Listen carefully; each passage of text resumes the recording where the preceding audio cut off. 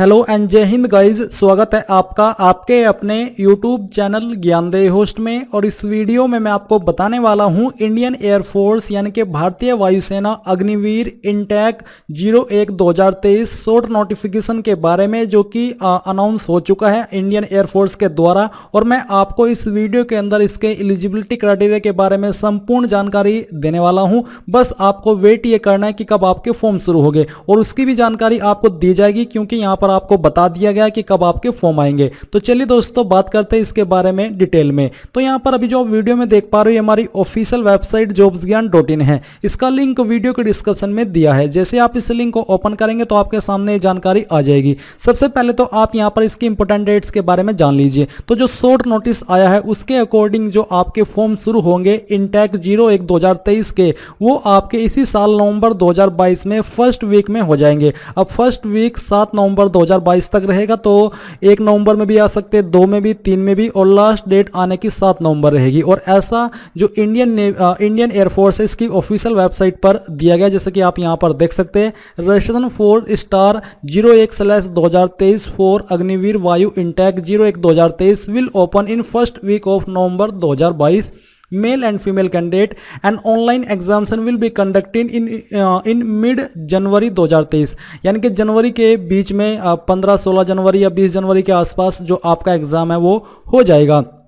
अभी आपको क्लियर हो चुका है कि कब आपके फॉर्म आएंगे। अब बात करते हैं इसके डिटेल्ड में एलिजिबिलिटी क्राइटेरिया के बारे में। तो ये जो आप वीडियो में देख पा रहे हो, इसका शॉर्ट नोटिफिकेशन है प्रीवियस, जो कि इनटेक 01 2022 के लिए आया था। तो इसमें एलिजिबिलिटी के अंदर मुझे नहीं लगता कि कोई चेंजेस होगा। अगर हाँ कुछ डाउट मुझे लग रहा है वो है एज लिमिट में, क्योंकि एज लिमिट में क्या था, नॉर्मल अग्निवीर अग्निपथ स्कीम के तहत अग्निवीर की जो एज लिमिट रखी थी वो 17.5 से 21 साल रखी थी। और बोला गया था कि जो फर्स्ट ईयर के फॉर्म निकलेंगे, यानी कि फर्स्ट बैच के फॉर्म निकलेंगे, चाहे आर्मी के अंदर, चाहे नेवी के अंदर, चाहे एयरफोर्स के अंदर, उसमें 2 साल की छूट मिलेगी, यानी कि आप लोग 23 साल की उम्र तक अप्लाई कर सकते हैं। और बात करें अग्निवीर वायु की, तो इसका जो फर्स्ट बैच का फॉर्म है वो ऑलरेडी आ चुका था इनटेक 01 2022 के रूप में। तो अब देखना यह है कि क्या इसमें जो आपके इनटेक 01 2023 के फॉर्म है, इसमें एज लिमिट आपकी 21 साल रहेगी, या फिर यहाँ पर भी 2 साल की छूट दी जाएगी, यानी कि 23 साल की उम्र तक अप्लाई कर पाएंगे। 23 साल की उम्र तक अगर अप्लाई कर पाए तो आपके लिए अच्छा होगा, और नहीं तो इसमें जैसे कि मैंने आपको बताया कि आपको बोला गया था कि 21 साल 17.5 से 21 साल एज लिमिट रहेगी अग्निवीर पर अप्लाई करने के लिए, चाहे आर्मी हो, चाहे नेवी हो, या फिर एयरफोर्स हो। तो यहाँ पर अगर 23 साल कर देते तो ज़्यादा अच्छा रहेगा। एंड चांसेस है, क्योंकि ये जो नोटिफिकेशन है ये भी 2022 के अंदर ही आने वाला है। आई होप कि इसके अंदर भी ये जो कंडीशन है वो रख दी जाए कि इसमें 23 साल तक अप्लाई कर पाए। मे बी नेक्स्ट ईयर से वो अपना ये रूल 21 साल तक अप्लाई कर ले, इस वाले में ना करे, ताकि और लोगों को इस बार फिर से मौका मिल सके अप्लाई करने का और जॉब पाने का अग्निपथ स्कीम के तहत। अब यहाँ पर जो आपकी मेन एलिजिबिलिटी है उसके बारे में बात कर लेते हैं। जो एज के बारे में वो मैंने आपको यहाँ पर एक्सप्लेन कर दिया है, जो भी सिनेरियो रह सकता है। अब यहाँ पर आपके पास कौन से डॉक्यूमेंट्स होने चाहिए इसके बारे में आपको जानकारी दी गई है। एलिजिबिलिटी क्राइटेरिया के अंदर जो आपकी एज है वो तो मैं आपको, जैसे कि मैंने कहा कि वो टाइम आने पर मालूम चल जाएगी, जब आपका डिटेल्ड नोटिफिकेशन आएगा कि कब से कब तक आपकी एज काउंट की जाएगी। और अपर एज लिमिट आई होप, फिर से कह रहा हूँ कि आप सबके फायदे के लिए 23 साल ही रख दी जाए, ताकि काफ़ी लोगों को मौका मिले अप्लाई करने का। नहीं तो 21 साल तो ऑब्वियस है इसमें एज लिमिट मैक्सिमम।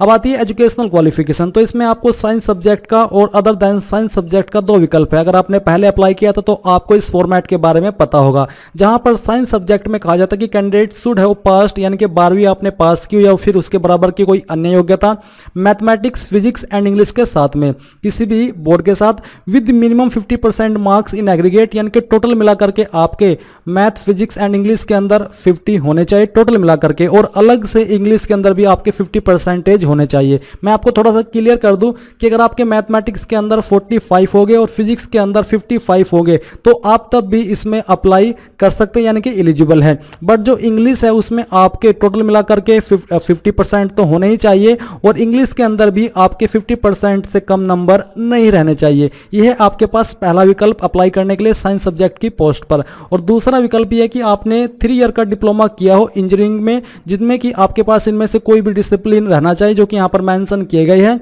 50% मार्क्स के साथ में। और साथ ही जो आपकी इंग्लिश है उसमें आपके कम से कम 50% मार्क्स होने चाहिए, चाहे वो इंटरमीडिएट का सब्जेक्ट हो इंग्लिश का या फिर 10वीं का। इंग्लिश में आपके 50% होने जरूरी है। If English is not a subject in diploma course, यानी कि अगर इंग्लिश आपके डिप्लोमा कोर्स के अंदर सब्जेक्ट नहीं होता तब आपको आपकी 10वीं और 12वीं के अंदर बोला गया है कि 50% मार्क्स आपके इंग्लिश सब्जेक्ट में रहने चाहिए। फिर यहाँ पर दोस्तों एक और विकल्प आपके पास ये है कि आपके पास 2 year vocational course with non vocational subject जैसे कि फिजिक्स एंड मैथ, इसके माध्यम से भी आप अप्लाई कर सकते हो। बट दूसरी कंडीशन जो कि इंग्लिश के अंदर आपके 50% मार्क्स है वो तो यहाँ पर भी रखी गई है।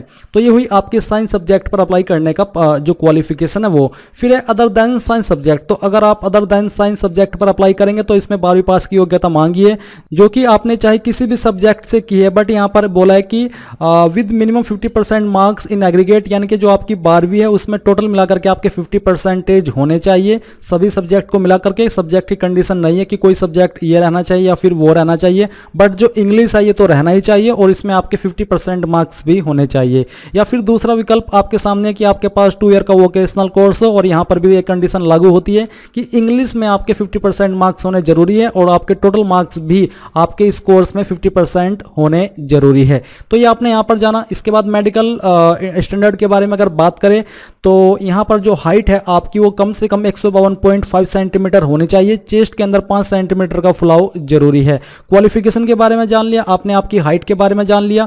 और इसके अलावा यहाँ पर मैं बात करूँ आपकी पीएफटी के, तो उसके बारे में हम डिटेल में बात करेंगे। तो पीएफटी में आपकी 1600 मीटर की दौड़ होगी जिसके लिए आपको 6 मिनट 30 सेकंड का समय मिलेगा और 10 पुशअप आपको लगाने होंगे, 10 सिटअप्स लगाने होंगे और 20 स्क्वाट्स भी आपको लगाने होंगे। ये आपने यहाँ पर जाना।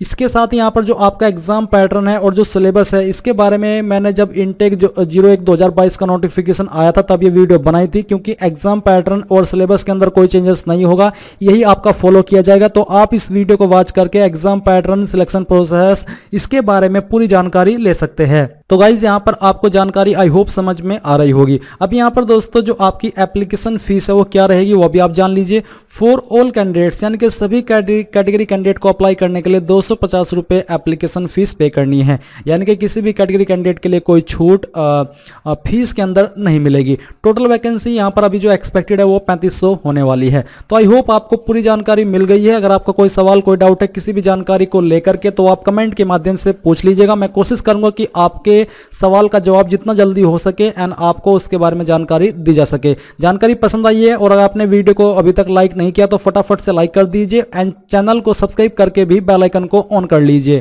Thanks for watching. जय हिंद।